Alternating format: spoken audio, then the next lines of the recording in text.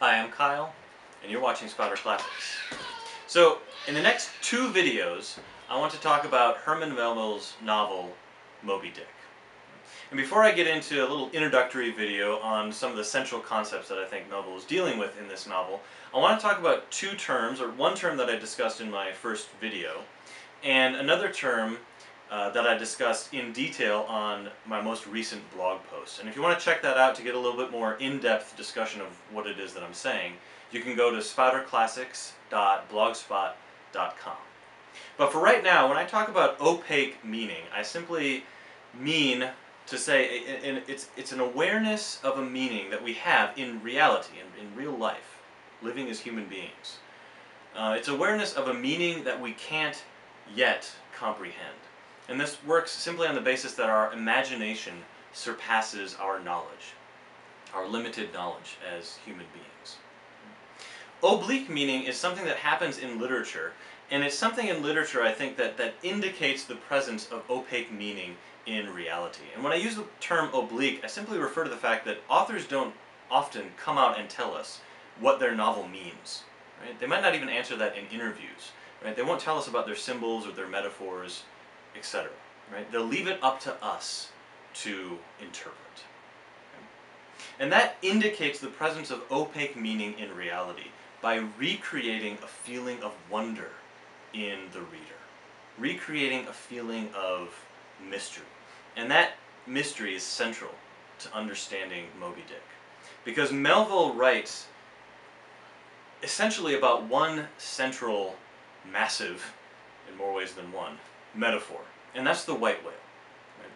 The white whale is really just an oblique meaning, which indicates the opaque meaning of reality. Because really, if you think about it, a whale is a thing that theoretically we can comprehend it.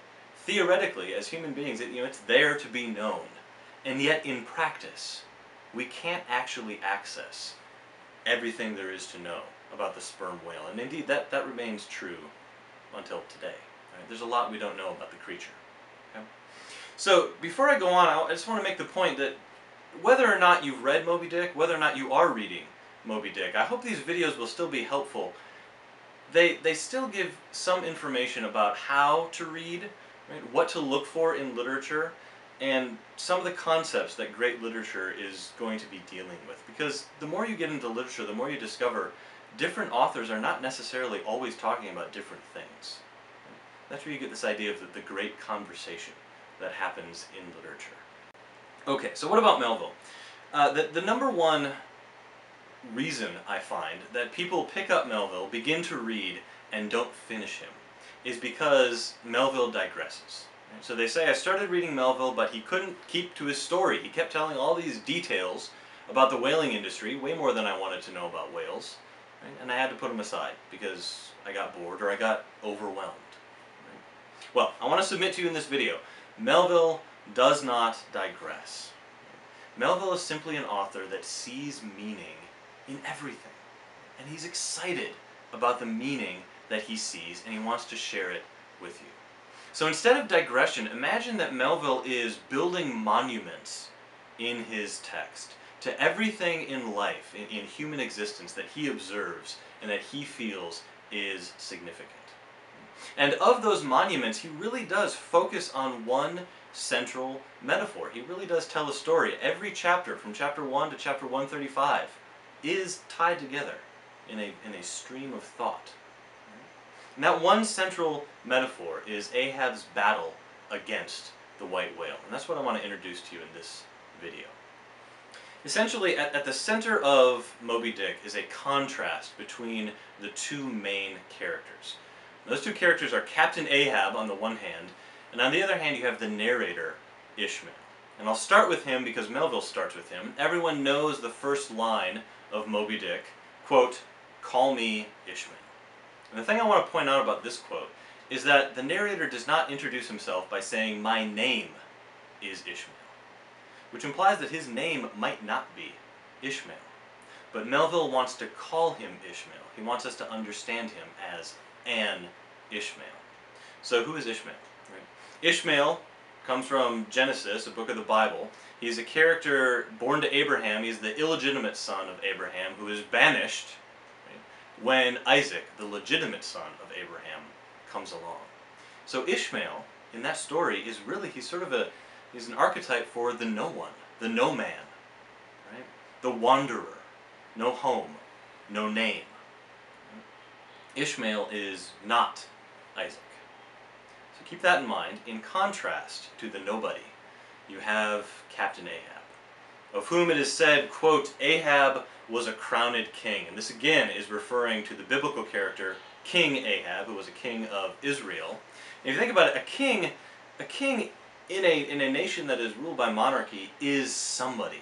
He's the center of that nation's story. So Ahab is unrelatable in that way. It's relatable in many other ways, which I'll get to. But Ishmael is the more relatable character because we all feel, I think, none of us, first of all, feel that we're the center of the story that's going on around us. Right? We feel that that story is greater than we are. But we also feel a sense of frustration at not being the center of the story that we see going on around us at times. Right? We get a sense that that story is greater than we are. So a little bit more about Ahab, and I'll come back to that concept in a second. Ahab has been, quote, he's been in colleges and as well as among the cannibals. And that's a very important understanding for his character. He is more than other men. He's experienced the full breadth of human existence. Colleges, civilized society, and cannibals, primitive society. And he moves with equal comfort in either place. He's a symbol for human greatness, a full experience of knowledge. So, Ahab is in a position to know the whale, that central oblique meaning, that central opaque meaning in the text. He's in a position to comprehend, to encompass the knowledge that the whale encompasses. And yet, he still isn't. Ahab is frustratingly excluded from the mysteries that the whale is privy to, right? Or that the whale symbolizes. And that's the reason that Ahab hunts Moby-Dick. Because his exclusion from that greater meaning enrages him. And that, I think, is where Ahab becomes relatable to the reader. And that, that's a full picture of humanity, right? Ishmael, relatable because he's nobody. He's not the center of attention. Ahab, relatable because he's frustrated at not being the center of attention because he feels he should be. We'll talk about both of those concepts in much greater detail in the next video. For right now, let me close by pointing out that for those of you who watched my first video in which I discussed Stonehenge, that monument, notice that the whale really is a type of Stonehenge in which Ahab wants to be included in that circle of stones. It's a meaning that is withheld from us. We can't encompass it, and yet it is.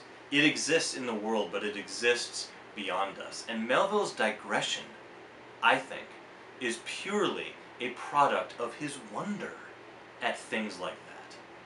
He wonders, he feels small before things that are greater than him, that he observes in the world. And for that reason, I think he's well worth your time reading. He's worth reading because he's an author that makes us feel small. And that's a good thing to experience as a human being. So if you like what I'm saying, if you like what you're hearing, please subscribe to Spouter Classics on YouTube. Please visit my blog, spouterclassics.blogspot.com. Keep reading, and more importantly, know what you read. And I hope to see you next time.